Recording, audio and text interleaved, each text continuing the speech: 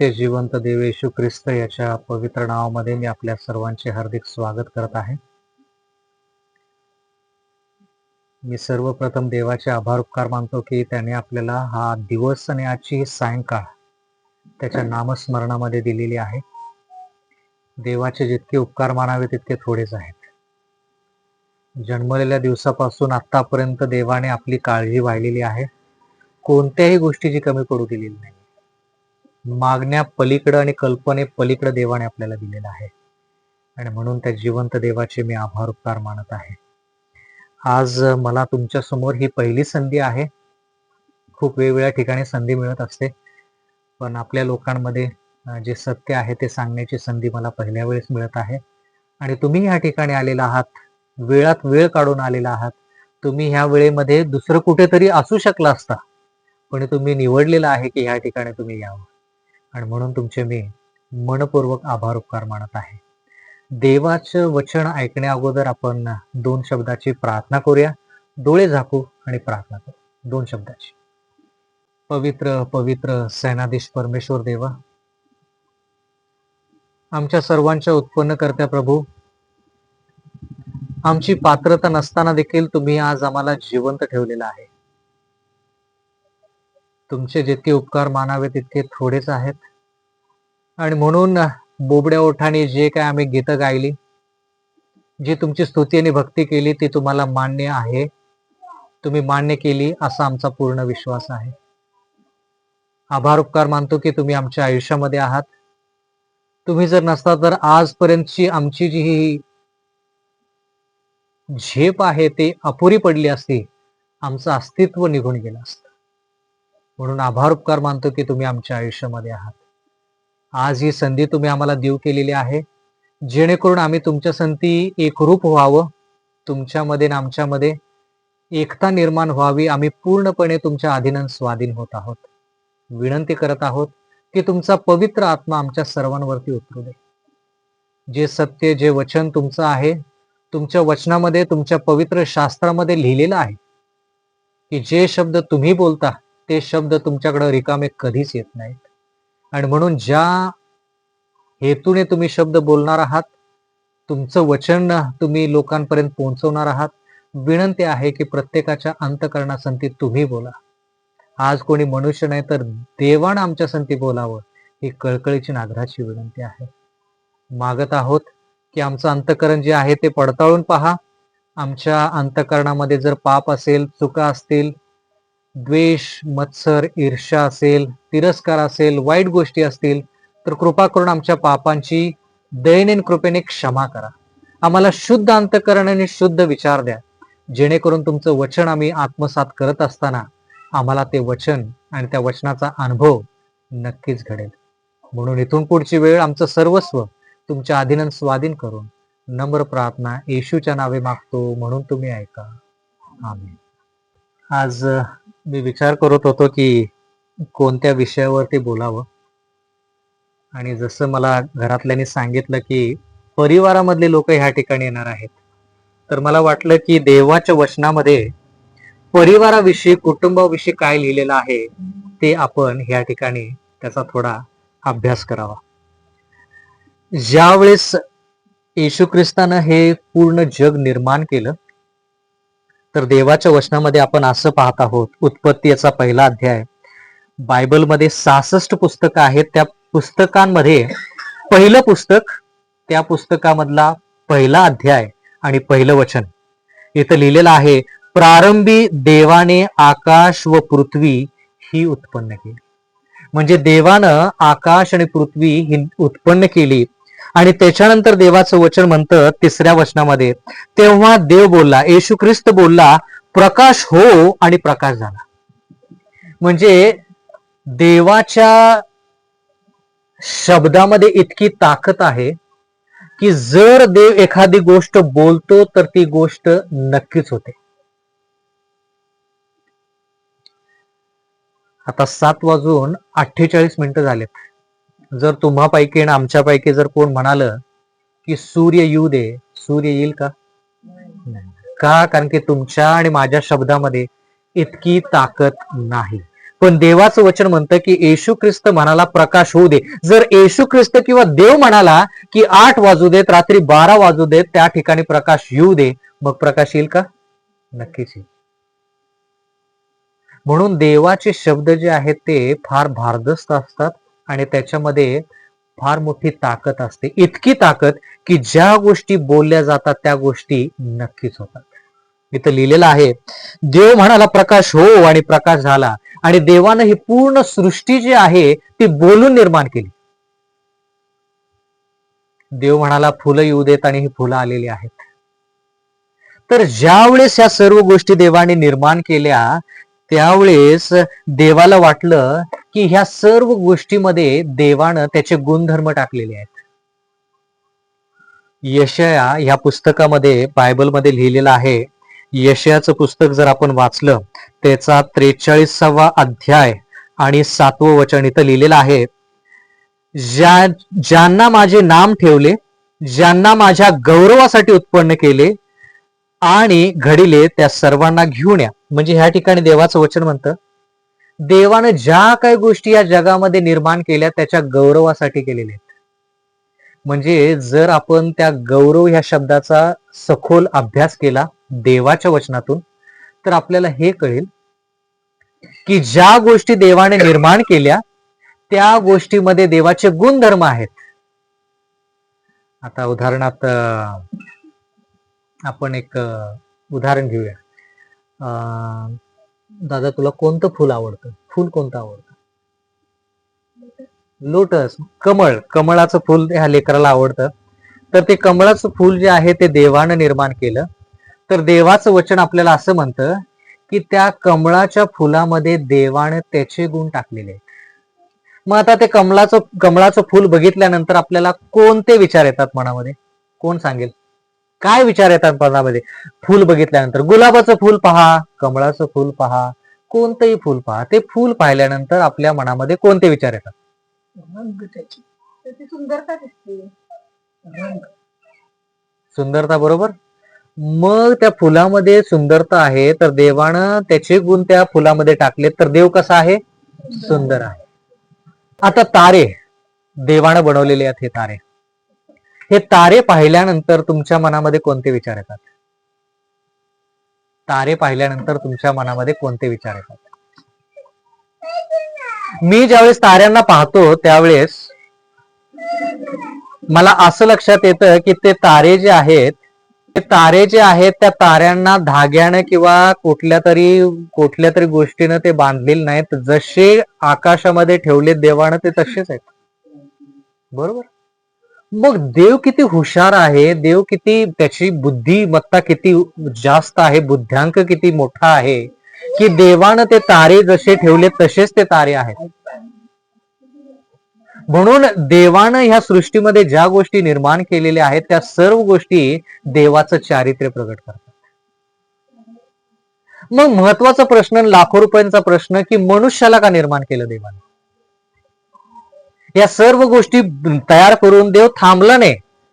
तर इथं पुस्तकामध्ये लिहिलंय, बायबलमध्ये लिहिलेलं आहे, परमेश्वराच्या वचनामध्ये लिहिलंय, उत्पत्तीचा 1ला अध्याय आणि 26व्या वचनामध्ये लिहिलेलं आहे, मग देव बोलला आपल्या प्रतिरूपाचा व आपल्याशी सदृश असा मनुष्य आपण तयार करू. देव म्हणाला की मी फुलं, झाडं, पक्षी, प्राणी सर्व गोष्टी बनवलेल्या आहेत, पण त्या सर्व गोष्टी कशा आहेत? माझं चारित्र्य प्रगट करतात. आता जर आपण डोंगराचं उदाहरण घेतलं, जवळपासचं डोंगर कोणतं? पन्हाळा. तो डोंगर कोणी बनवला? देवाने बनवला, मनुष्यानं तर बनवलेलं नाहीये. मग त्या डोंगराकडे बघितल्यानंतर तुमच्या मनामध्ये कोणते विचार येतात?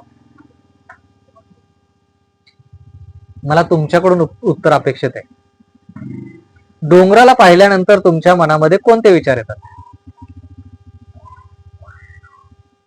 काहीच विचार येत नाही. काय विचार येतात? हा, उंच आणि अवाढव्य, म्हणजे थोडक्यात विशाल, फार मोठा. बरोबर. मग त्या डोंगराकडे पाहिल्यानंतर आपल्या मनामध्ये विचार येतो की हा डोंगर इतका विशाल, इतका मजबूत आहे, तर देव किती मजबूत असेल, देव किती खंबीर असेल. म्हणजे तुमच्या आणि माझ्या आयुष्यामध्ये त्रास संकट आले तर कधी कधी आपल्या घरातले लोक आपल्याला मदत करू शकत नाहीत, शेजारी मदत करू शकत नाही. काय काय लोकांकडे खूप पैसा आहे, काय काय लोकांकडे खूप नाव आहे, तरी देखील त्यांचा पैसा आणि त्यांचं समाजामध्ये मान पान सन्मान जो आहे तो देखील कधी कधी त्यांच्या कामी येत नाही. पण देव म्हणतो की मी तुझ्या पाठीशी आहे, आणि म्हणून देवाला आपण सदोदित गौरव दिलं पाहिजे, देवाचं गौरव केलं पाहिजे की देव आपली कधी साथ सोडत नाही. देव सदोदित आपल्या संगती असतो, कारण की देव कायमस्वरूपी आहे. येशू ख्रिस्ताचा जर ह्या ठिकाणी अभ्यास केला तर तो अमर आहे. अमर आहे म्हणजे थोडक्यात काय की त्याला सुरुवाती नाही त्याला शेवटी नाही, म्हणून त्याला देव म्हटलेलं आहे. मनुष्य आज आहे उद्या नाहीये. मनुष्याच्या आयुष्यामध्ये चढ उतार आहेत. मनुष्य एक वेळेस कंटाळतो आयुष्याला, थकतो तो आयुष्यामध्ये, पण देव कधी थकत नाही. मला आठवतं, मला जाणवतं की लेकरं जर आई वडिलांकडे एखादी गोष्ट मागत असतील तर आई वडील एक वेळेस ते म्हणतात की किती माझ्याकडे एक एक गोष्ट मागत आहेस, कंटाळतात आणि ते कधी कधी नाही म्हणतात. पण देवाकडे मागितलेली गोष्ट देव कधीच नाकारत नाही. मला आठवतं की एक ठिकाणी एका मंदिरामध्ये चर्चमध्ये एका लहान लेकरानं देवाला विनंती केली, चर्चमध्ये येऊन त्यानं देवाकडे प्रार्थना केली. तो म्हणाला, देवा कृपा करून मला एक हत्ती आणून दे. असंच ते लहान लेकरू असेल, मला त्या हत्तीवरती बसून शाळेला जायचंय, त्या हत्तीवरती मी आणि माझे मित्र बसून आम्ही खेळणार आहोत, कृपा करून मला हत्ती आणून दे. म्हणून त्यानं कळकळीनं प्रार्थना केली. लहान लेकरू, निष्पाप. तुम्हाला वाटतं का देवाने हत्ती आणून दिला असेल त्याला? हा, हत्ती नाही दिला देवाने त्याला. का? कारण की त्या लेकराला हत्तीची गरज नव्हती. आता ते लहान लेकरू त्यानं मागितलं, मला हत्ती आणून दे, पण देवाला माहित आहे की बाबा त्या लेकराला त्या हत्तीची गरज नाही आहे. वडील आई त्या लेकराला शाळेमध्ये पोहोचवतात, परत घेऊन येतात, त्या लेकराला हत्तीची गरज नाही, म्हणून देवानं हत्ती पुरवला नाही. आणखीन एक उदाहरण, एक मुलगीनं साक्ष दिली चर्चमध्ये, देवाच्या मंदिरामध्ये येऊन. ती म्हणाली की माझे वडील जे आहेत ते मद्यपान खूप करायचे, दररोज संध्याकाळी मद्यपान करून यायचे आणि आम्हा घरातल्या सगळ्यांना खूप त्रास द्यायचे. आणि त्या घरामध्ये 3 मुली, त्या घरामध्ये 3 मुली होत्या, आणि दररोज ह्या वडिलांचा त्रास बघून आणि ऐकून त्या मुलींना खूप वाईट वाटलं. त्या मुलींना खूप वाईट वाटलं. मग मुलींनी वडिलांना सांगितलं की मद्यपान करू नका, ते तुमच्यासाठीही चांगलं नाही, आमच्यासाठीही चांगलं नाही. आणि म्हणून त्या 3 मुलींनी काय ठरवलं, उद्या सकाळी वडिलांना आपण त्या दारूच्या ठिकाणी जे जातात त्या ठिकाणी जाऊ द्यायचं नाही.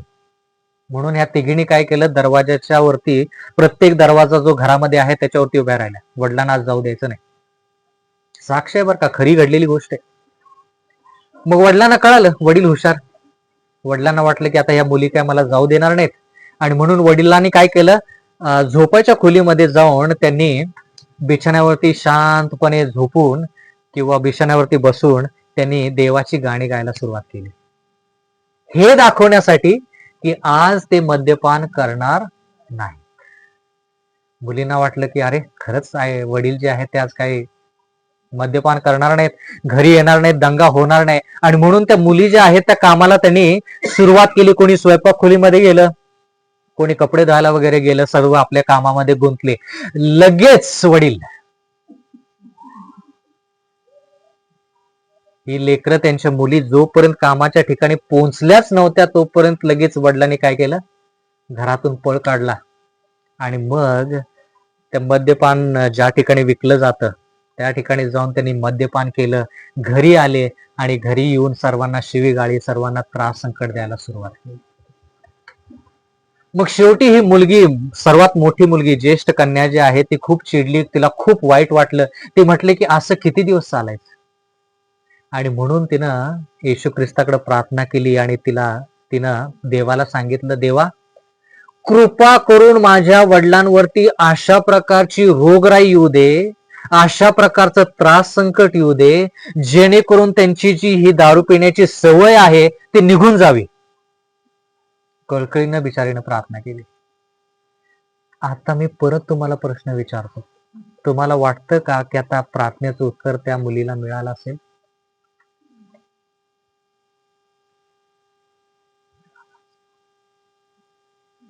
होय, नाही, माहित नाही, काय उत्तर असेल? नाही मिळालं?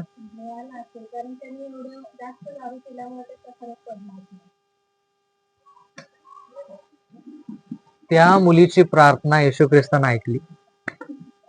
तिचे वडील इतके आजारी पडले की त्यांना शेवटी ते दारूची जी सवय आहे, मद्यपानाची जी सवय आहे ती सोडावी लागली. म्हणून म्हटलं ना, प्रार्थनेमध्ये खूप ताकद असते. फक्त जिद्दीनं प्रार्थना केली पाहिजे. देव कुठं कमी पडत नाही.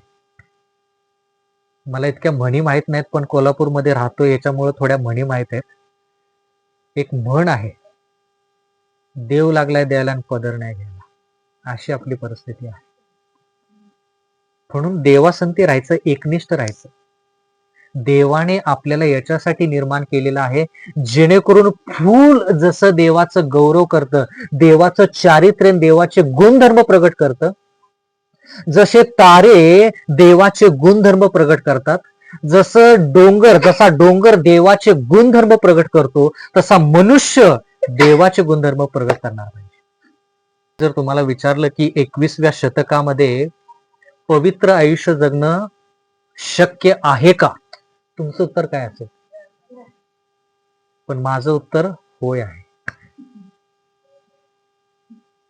ज्याला देवाची साथ मिळाली ना, त्याच्यासाठी अशक्य गोष्ट कोणतीच नाही.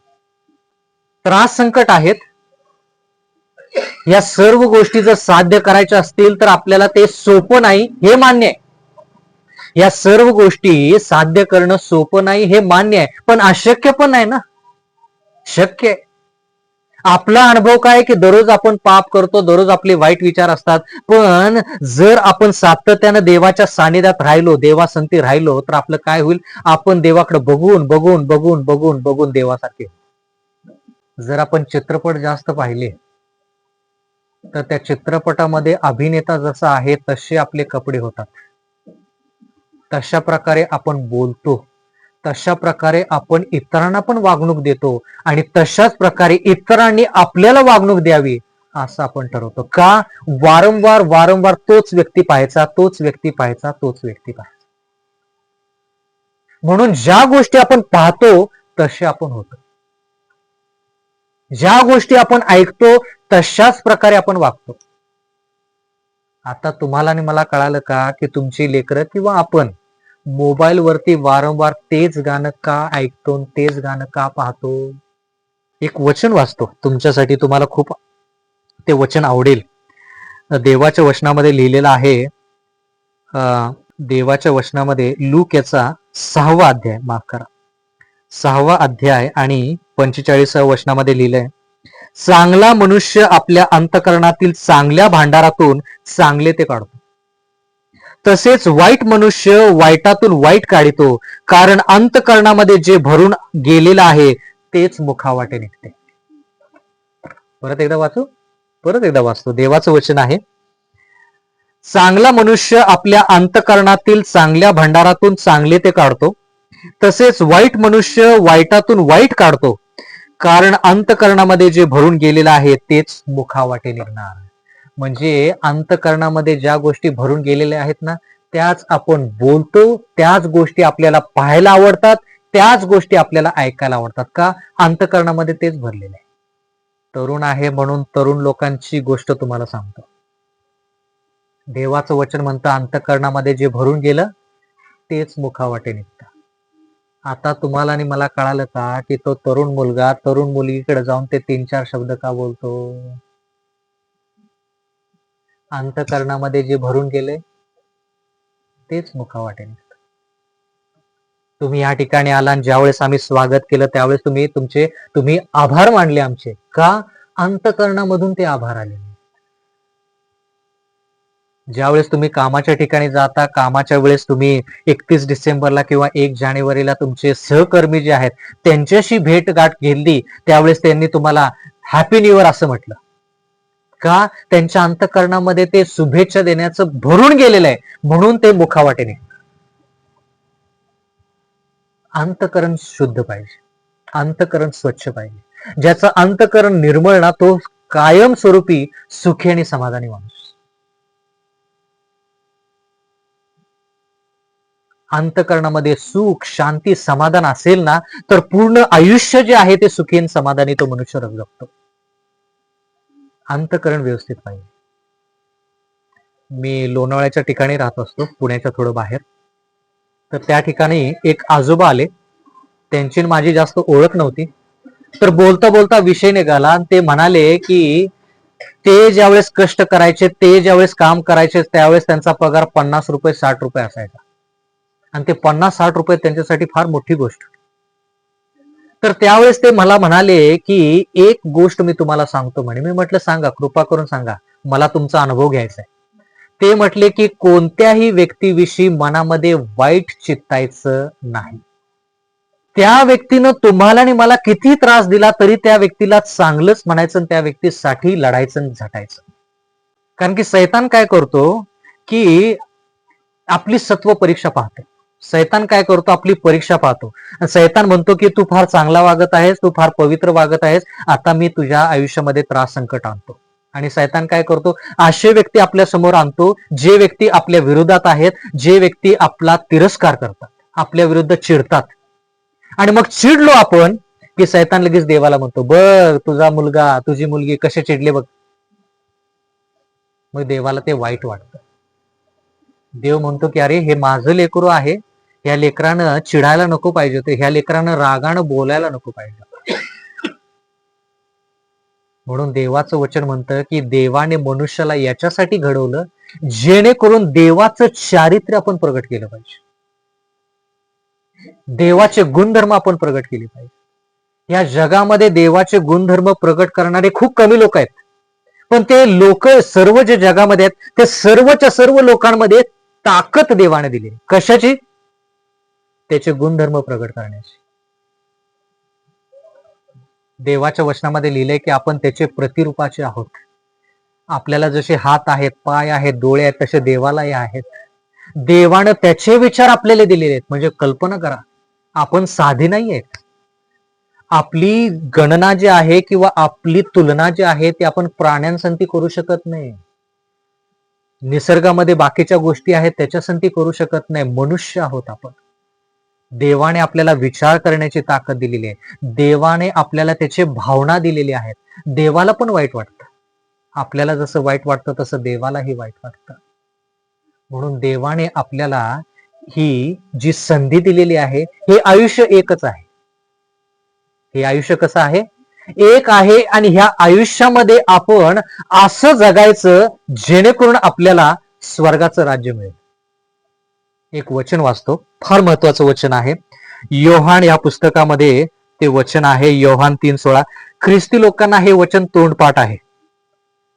योहानेचा 3रा अध्याय आणि 16व्या वचनामध्ये लिहिले, येशू ख्रिस्ताविषयी लिहिले, येशू ख्रिस्ताने जगावर एवढी प्रीती केली की, एवढं प्रेम केलं की त्याने आपला, म्हणजे देवाने जगावर एवढी प्रीती केली की त्याने आपला एकुलता एक पुत्र, येशू ख्रिस्त त्याच्या वडिलाचा एकुलता एक पुत्र, म्हणजे देव जो पिता आहे त्याला एकच मुलगा आणि त्याचं नाव येशू ख्रिस्त, एकुलता एक पुत्र दिला, अशासाठी की जो कोणी त्याचवर विश्वास ठेवितो त्याचा नाश होऊ नये, तर त्याला सार्वकालिक जीवन मिळावं. देवाचं वचन म्हणतं की येशू ख्रिस्तावरती विश्वास ठेवला, येशू ख्रिस्ताचं जे चारित्र्य आहे ते जर आपण आत्मसात केलं तर आपला नाश होणार नाही, तर आपल्याला सार्वकालिक जीवन मिळेल. सार्वकालिक जीवन म्हणजे ते जीवन ज्याच्या सुरुवाती नाही त्याचा शेवटी नाही, अशा प्रकारचं जीवन देव आपल्याला द्यायला लागलं. काय करायचं? देव म्हणतो फक्त व्यवस्थित राहायचं, व्यवस्थित वागायचं, सुखी समाधानी राहायचं आणि दुसऱ्यांपर्यंत सुख समाधान आणि पावित्र्य पोहोचवायचं. ही देवाची इच्छा आहे. म्हणून देव म्हणतो की जो कोणी त्याचवर विश्वास ठेवितो त्याचा नाश होणार नाही, तर त्याला सार्वकालिक जीवन प्राप्त होईल. सार्वकालिक जीवन म्हणजे हजारो वर्षाचं जीवन नाही, कोट्यावधी वर्षाचं जीवन नाही. त्या जीवनाला समाप्ती नाही किंवा शेवट नाही, अशा प्रकारचं जीवन येशू ख्रिस्त आपल्याला देऊ इच्छितो. आणि म्हणून देवाच्या वचनामध्ये आपल्याला असं पाहायला मिळत आहे की देवाने मनुष्याला याच्यासाठी घडवलं जेणेकरून त्याचे गुणधर्म आपण प्रगट करावे. देवानं कुटुंब स्थापन केलं. देव म्हणाला की स्वर्गाच्या राज्यामध्ये जसं परिवार आहे, स्वर्गाच्या राज्यामध्ये देव जो पिता, देव जो पुत्र, देव जो पवित्र आत्मा आहे, त्या ठिकाणी स्वर्गदूत आहेत, बायबलमध्ये लिहिलेले. आणि देवाची इच्छा आहे की देवानं आपलं हे कुटुंबामध्ये आई असते, वडील असतात, लेकरं असतात, मग भाऊ बहीण असतात, सासू सासरे असतात. हे सर्व ते कुटुंब का स्थापन केलं? कारण की एकमेकांचं आपण प्रेम द्यायचं आणि प्रेम घ्यायचं. देवाने ज्यावेळेस पुरुष आणि स्त्री निर्माण केली, त्यावेळेस पुरुष आणि स्त्री का निर्माण केली? सगळेच पुरुष का नाही आहेत या जगामध्ये? कधी विचार केला का? देवानं सगळे पुरुषच निर्माण केले असतं तर काय झालं असतं? देवाला अशक्य काहीच नाही. देव म्हणाला असता की पूर्ण पृथ्वी जी आहे ते पुरुषाने व्यापून टाकावी. तुम्ही म्हणाल की संतती वंश वाढवायचा असेल तर स्त्रीच पाहिजे. देव आहे, देव म्हणाल की मीच काय करतो, पूर्ण जग पुरुषाने भरून ठेवतो. काय झालं असतं? सर्व पुरुषच असते या जगामध्ये तर काय झालं? देवाचं वचन म्हणतं की देवाने त्या पुरुषासाठी एक स्त्री निर्माण केली. कल्पना करा की ह्या जगामध्ये फक्त स्त्रियाच आहेत. बरं वाटलं?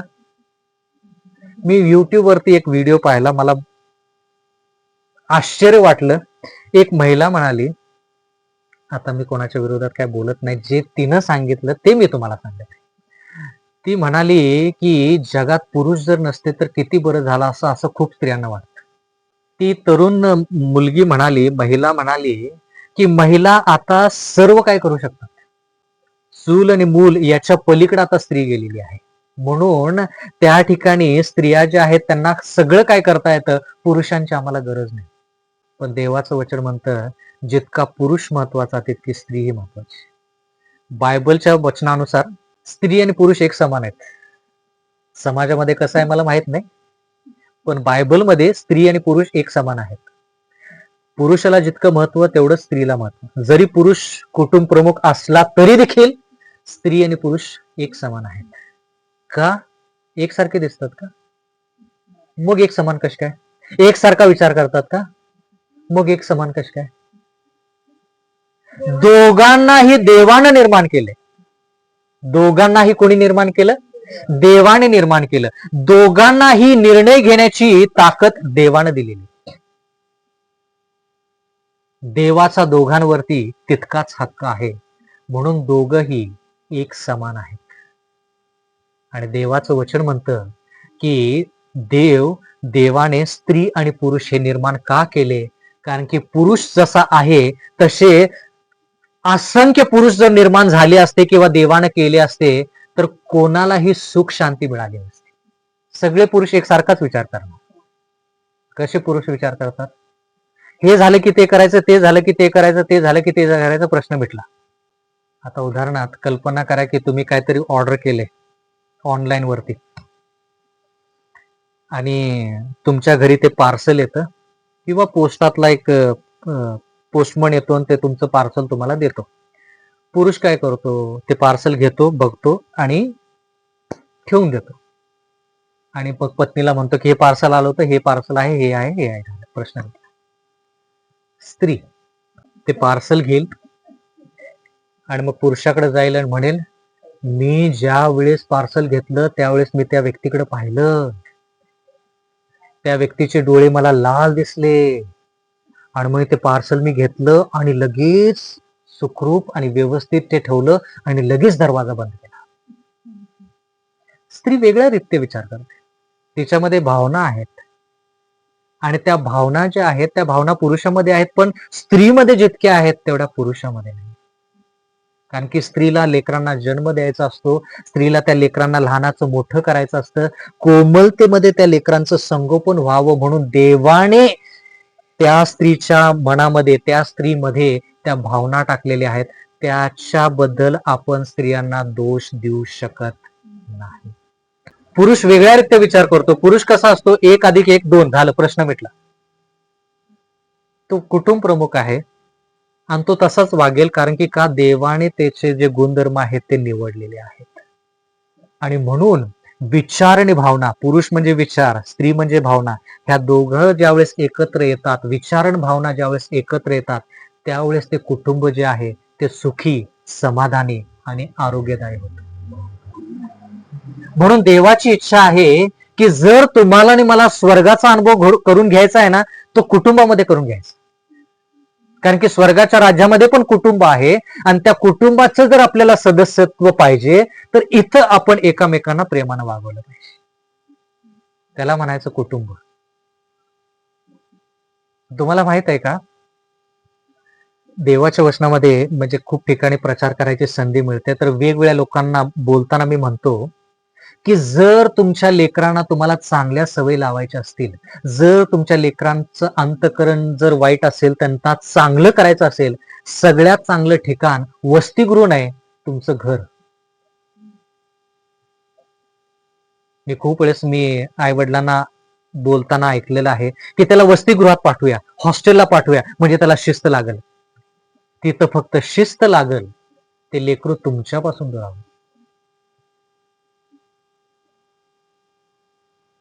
जर एखाद्या व्यक्तीची सुधारणा व्हायची असेल तर घरातल्या वातावरणापेक्षा दुसऱ्या ठिकाणी त्या व्यक्तीची कुठेही सुधारणा होऊ शकत नाही. का? कारण की त्या घरामध्ये आई, वडील, भाऊ, बहीण, सासू, सासरे सगळे लोक असतात. म्हणून मला जाता जाता तुम्हाला हेच सांगायचं आहे की येशू ख्रिस्त जो आहे, ज्यानं ही उत्पत्ती केली, ही सर्व गोष्टीची निर्मिती केली, देवाच्या वचनानुसार आपण हे पाहिलं की देवाचं चारित्र्य आपल्याला प्रगट करायचं. आणि देवाच्या वचनामध्ये असं लिहिलंय की येशू ख्रिस्त जो स्वर्गामध्ये आहे तो परत येणार आहे. कोणाला घेण्यासाठी येणार आहे? जे लोक शुद्ध अंतकरणाचे आहेत, जे लोक निर्मळ मनाचे आहेत, जे लोकांनी पापावरती विजय मिळवलेला आहे, त्या लोकांना कायमस्वरूपीचं आयुष्य देण्यासाठी येशू ख्रिस्त येणार आहे, असं बायबलमध्ये लिहिलेलं आहे. शेवटचं वचन आणि आपण या ठिकाणी थांबूया. मत्तय याचा 5वा अध्याय आणि 8वं वचन इथं लिहिलेलं आहे, जे अंतकरणाचे शुद्ध ते धन्य, जे अंतकरणाचे शुद्ध ते धन्य, कारण ते देवाला पाहतील. देवाला बघायचंय? किती जणांना देवाला बघायचंय? सर्वांना बघायचंय देवाला. देवाचं वचन म्हणते की त्या ठिकाणी एक अट आहे, ती अट म्हणजे काय? जे अंतकरणाचे शुद्ध ते धन्य. धन्य म्हणजे आशीर्वादित. जे अंतकरणाचे शुद्ध ते धन्य, कारण ते देवाला पाहतील. जर तुमची इच्छा आहे की तुम्ही देवाला पाहावं, माझी इच्छा आहे, तर आपण आपलं अंतकरण शुद्ध, पवित्र ठेवूया, जेणेकरून येशू ख्रिस्त ज्यावेळेस येईल त्यावेळेस त्या येशू ख्रिस्तासंती त्या स्वर्गीय राज्यामध्ये जाण्याची आपल्याला संधी मिळेल. त्या स्वर्गीय राज्यामध्ये मरण नाही, त्या स्वर्गीय राज्यामध्ये कष्ट नाही, त्या ठिकाणी आजारपण नाही, त्या ठिकाणी विभक्त होणं नाही, त्या ठिकाणी आपण देवासंती कायमस्वरूपी राहणार आहोत. परमेश्वर आपणा सर्वांस आशीर्वाद देव. आमेन.